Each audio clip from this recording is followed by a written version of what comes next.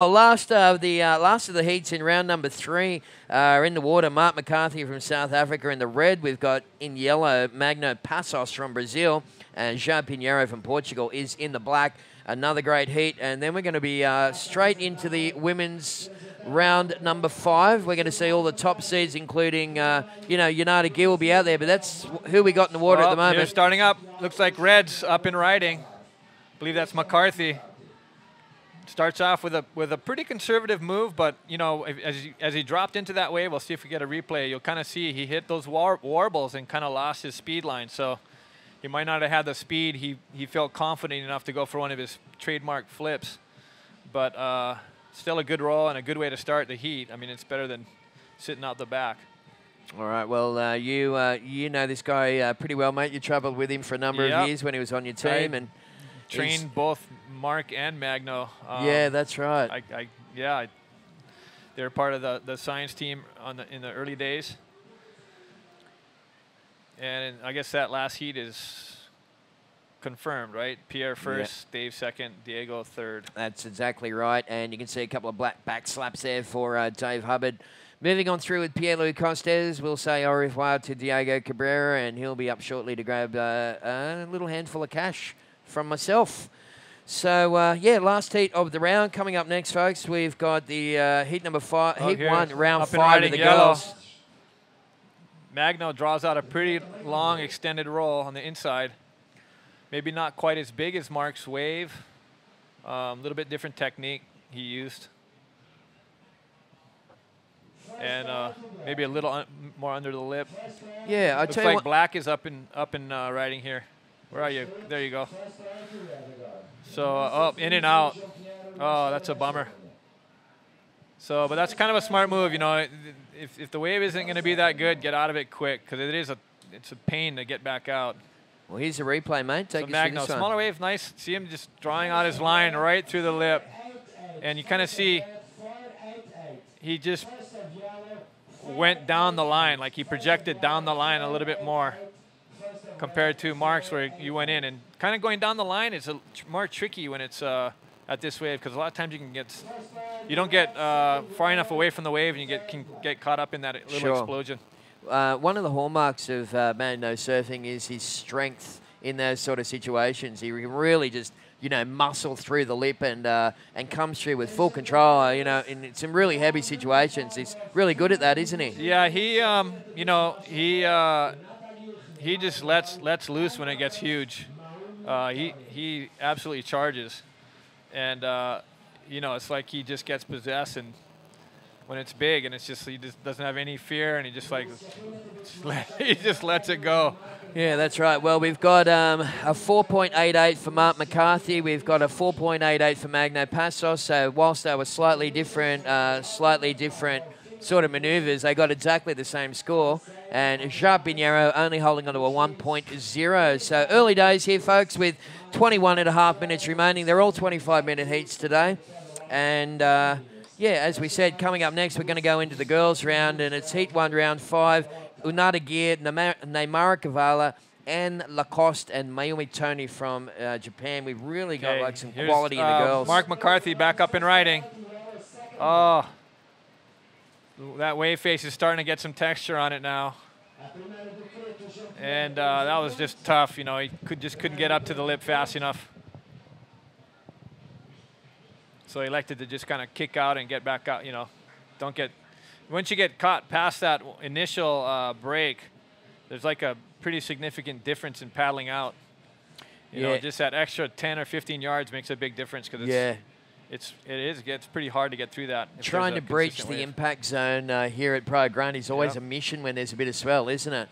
Yeah, for sure. I mean, there's never really definitive rips here. It's just kind of swirly. A little like Zicatella, I guess, sometimes. This wave is, the beach is like wide open to different swells. And as a result, there's a multitude of swells that hit this place at the same time. And so waves they're from all over the place. You got sets coming from the north. You got sets coming from the northwest, the southwest. It's coming from all over the place.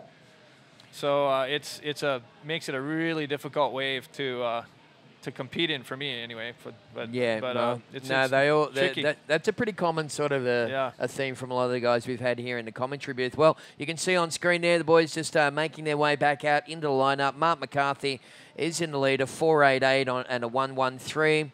Magno Passos sitting in second also with a 4.88, and Jacques Pinheiro holding on to first priority and looking for about a 3.89 to go straight into second position as we wind up round number 3 of the contest. Of course, from here, we go back into a non-elimination round, 4-man heats, and that will be coming up later on after the girls. Yeah, that's actually a pretty interesting heat as well, because the winner goes almost straight to the quarters. And so by winning that heat is a real benefit. You know, sometimes the hardest heats aren't necessarily the later heats. Sometimes they're the earlier heats. So you want to get yourself clear of all the other competitors. Well, it looks like Magno looking and electing not to go on that one. Smart not to paddle for it.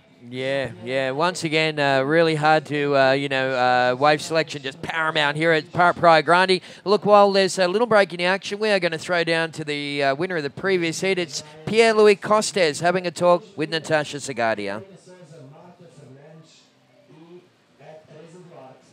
The world champion PLC, Pierre-Louis Costes.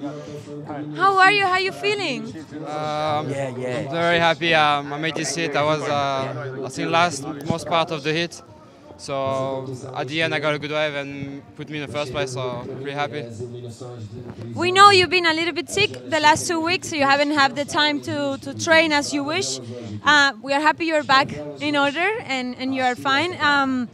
How do you prepare mentally, knowing that you're not, you haven't been training as you wish, but you're strong. You know this place. You've been here since many, many years.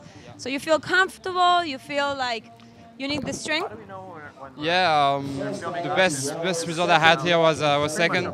Like you said, the last 2 weeks I've been in the hospital. I got an infection in my lip and had to be operated. So the last 2 weeks I was not able to surf. I was not able to practice as I wish. And my last yesterday was my first surf in 2 weeks and was very difficult. And I'm still far away to be in my best form. I felt very tired, more than usual today, and it doesn't make me very happy. But I'm happy I'm able to do this contest. And you win your heat. Don't forget that. So you're doing well. You're doing well. And the heart of a champion is always the heart of a champion. So that's untouchable. Do you want to say some words for the family, your girlfriend, your mama that is around here, your sister, everybody? Yeah, actually, I think this is the first time everyone is here. My mom, my sister, my girlfriend, her brother, and her daughter. So I have all the support here that I need, and I really want to do well because of this. So. Merci. Don't go. So thank you, Tessa, for this opportunity, and we send you a big hello from this shore. It's just a classic, that girl, bonita. I think as they say in Spanish. She's a beautiful girl and a real beautiful personality. Well, we're here with Mike Stewart, just talking our way through the final heat of this round, folks. And yeah, we're going to get into the women's round 5 coming up next, and a couple of former world champions and current world champion, in fact, with Unada Gia and Neymara Cavallo taking on a couple of the qualifiers. So pretty cool stuff. Lots of action coming your way today here at Praia Grande for what is, the 5th stop down on the Grand Slam Tour for 2012. Mike, of course, some of the guys heading off to Jenks for a USBA event. What's your movements? What are you doing? Are you going back to Hawaii? Or? Yeah, I'm heading back home to Hawaii and regrouping and trying to figure out the rest of the year. Yeah, cool. No worries. And then I guess from there, it's some of the GQS qualifiers are going to head on to Brazil. We've got a $45,000 men's event, which is pretty cool. And thanks to Flavio, cool. Flavio Brito and all the guys from the Federation down there have put on a big contest. It's the Rio International Bodyboard Pro. It's a Grand Slam for women. It's a 6-star GQS for men.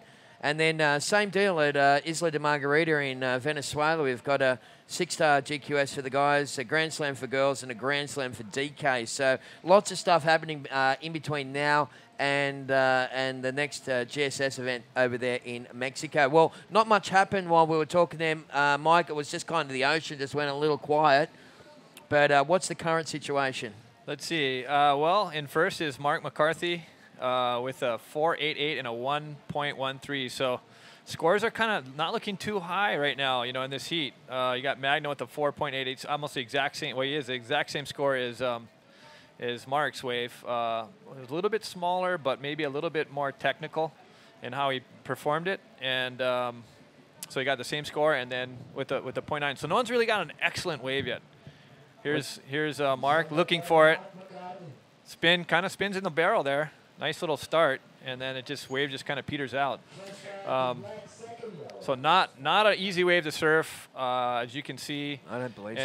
And No. As the wind picks up, the tide fills in, it gets increasingly challenging, and that's why I think it's harder to see those more explosive moves.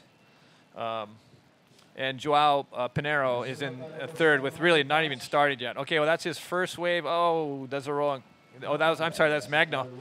Magno just got stuck behind the V, you know, and where most waves you can kind of push your way out of that, or when you go into the lip, it'll throw you far enough out that you can get pitched. Out here, for some reason, it doesn't do it. And man, I've had all kinds of theories. I think the gravity is actually different here. There must be some kind of like maybe heavy earth or something. Actually, you know what? There is. Right. There's a giant granite bubble underneath us that's pushed up the. If you see on the south side of this beach, it's a beautiful beach. South side has these sheer cliffs well, not exactly vertical. They're at a particular angle. And basically, this big granite bubble just pushed up these plates. Sure. And so there is real dense. So I'm claiming it's gravity. There's something to do with the gravity, man. That's a great theory, mate, I tell you. And, you know, there's a lot of weird stuff geographically around this area here. If you go up to the Sintra Castle, you see all those big, round, wild boulders, just like blobs just sitting on the top of the hill. Yeah. There's a lot of explained sort of phenomena around this part of the world. They've been pushed up, I think, by that big granite bubble. So I reckon there's, like, with all that density, I bet you that you weigh a little bit more here or something. I don't know. That's gold. Well, we're watching Red right now. There. Mark pulls off a little flip. I mean, gosh, just trying to make the most out of what's out there. You know, you really got to be mentally tough in these conditions, man. Because, gosh, it can really work on your nerves when you know what you're capable of doing and the waves just don't allow that. So just kind of pulls up high and tight. It wasn't really a great section, but he got the flip done nonetheless, and got kind of in and out of that. So he's currently in the lead with a 4.88 and a 2.43. Yeah, is that his last wave? No, that was the previous wave. Okay, so I think it's pretty safe to say that he's got to replace that one with something a little higher for that last flip. Magno Passos sitting in second place. And this is Magno up and riding. Okay, kind of looking for that lip. What has he got? Okay, pulls a roll. Just lip didn't quite cooperate with him. And Joao Pinheiro has just been incredibly quiet, Mike, for the first half of this heat. I mean, we're past the halfway mark, and he's only holding on to a 1-point ride. This guy's been like one of the standout performers of the contest so far. He's really dominated most of the heats that he's gone in, but during this particular heat, it's like the ocean has completely changed. It's like a different playing field altogether, and it's just a fraction of the action of the previous heats today. Yeah, you know, this in Europe, the tide change is pretty dramatic, and man, I've been coming here for a long time, and you can't watch the heat before you or rely on the conditions on the heat before you for your heat because it just changes. Yeah. So you'll look at a spot that might be good, and then for your heat, the tide will change just that little much, and boom, it stops breaking, and it's breaking in somewhere else. So he might be, you know, maybe looked at the last heat. Hey, these guys are getting good waves down here. I'm going to go wait over there, and then now he's sitting over there waiting. All right. Well, we've got scores coming through for Joao Pinheiro, who looks like he's going to post his first decent score of the day. Also, wave scores coming through for red and yellow. But you are watching heat number 8. It's round number 3 of the SINTRA Portugal Pro. And we saw her on screen a little earlier on. Neymara Cavallo, one of the icons of women's bodyboarding worldwide, multiple world champion, is taking on the current world champ from the Basque country, Yonata Gia. Anne Lacoste from France, and Mayumi Toni is from Japan. So that will be coming up next. All the top seeds on the women's tour will be featuring here at Pro Grande next. So Mark got a 5.5 for that flip, and so I think that moves him back into first. He's holding on to a 4.88 and a 5.05, and Magno in second with a 4.88 and a 3.75. Man, still nothing really major here. No, that's right. Well, João Pinheiro, he ended up with a 4.7, so he's sort of sitting in third spot, only needing just under a 4-point average. It's still very close, folks, in this final heat of round number 3, with just on 10 minutes remaining here at Sintra. And so, yeah, with only needing a 3.94, I mean, gosh, that's so it's basically a decent roll and can get through. Well, during the evenings here, Mike, don't know if you've had the chance to go along, but Elmo Ramos from Ride It Mag has been putting together the 3rd International Cinema of Bodyboarding. And, yeah, they had a Save Porto night last night. They played the IBA documentary, the TV doco from last year's Mexico event, which is really cool. Have you had a chance to see it at all? Yeah, I think I have, actually. Yeah, it's sick. Yeah. Some sick action. Yeah, really cool action. And thank you very much to all those people that came along and supported the competition. That's another good part about coming to Europe. And I just on that note would like to say hi to my girlfriend Connie, who's watching down under. I'm always very busy, Mike. I never get to leave the office. Let's make that perfectly clear. But yeah, that's the beach here and the beach culture. They love it. They come to the beach in the morning. They stay all day. You know, in Australia, you come, you have a swim, you kind of go back home. I think you know, the parking here is pretty hard. It's hard to get a good space. Guys will park almost, you know, they'll park like a kilometer away from here. And so, you know, if you get a good parking space, you don't want to give it up. Guys will, you know, pull into their parking spot, and that's it, man. They're there for the day. That's right. It's like real estate. You know, they get real estate. All right, well, coming down to crunch time with just on 8.5 minutes remaining, it is the South African Mark McCarthy, or Mork McCarthy, as many quite often says, with a 4.88 and a 5.05. Relatively small scores for the quality of riders that are in the water. Yeah, relatively speaking, that's probably good. I mean, you know, these waves are hard, and I think Mark and Magno are both doing I mean, these guys are, you know, amongst the top level elite athletes in bodyboarding, and they've surfed in these conditions many, many times. And so what you're seeing is what you can do out here, basically. There's not a lot of more options you can do. They're making the most of it. Okay, well, Magno. You can kind of see him stalling at the beginning there, trying to get maybe a little bit different section. Just in and out. Unfortunately, that wave just kind of wobbled and just kind of folded on him. Just, you know, it's tough if you can't get a good lead up to the lip. It's a tricky wave, you know. I mean, God, I said that a million times, but I guess I could come up with some different descriptions. Yeah, no, it's you did right, man. It's you can see Red just waving there. Mark McCarthy trying to get a bit of an update from the beach commentator, who gives it to him instantly, as they do. Always a good setup, good sound system, good structure here. It's part of the attraction really for your competitive bodyboarder coming to Sintra, Mike, is the fact that it's a very professional setup, and they really treat you like a real professional, don't they? Yeah, this is, I mean, you know, what you're seeing in the water is one thing, but right behind it is like the infrastructure of the gosh, the setup here is great. And then behind that, you know, there's this beautiful setting of Sintra, which is, I love this place. It's got a lot of culture and just a beautiful place, you know. It's got the forest. It's just so nice. Magno, kind of I mean, one of the more open-faced waves we've seen. You know, he can kind of milk this thing. Well, he's looking to replace the 373, and with a nice little combo like that, he'll probably go very close. Yeah, that might give him the score. We'll see. I think it'll be close. Well, he's chasing a 5.05 to take the lead. So, you know, if it's not enough to take the lead, at least it's going to replace, I believe, that second score. That first roll was really nice and snappy, just real good technique there, right up and through the lip, and, you know, ripped it around pretty quickly. So João Pinheiro on the back foot, needed a 4-point ride prior to that, but we'll just wait for that score to come through as Mark McCarthy has a little sniff at that one. He didn't like the feel of it, and he decided to let it go. There it is, a 4.83. So just quite not enough to get past Mark, but yeah, puts a little bit more distance between him and João.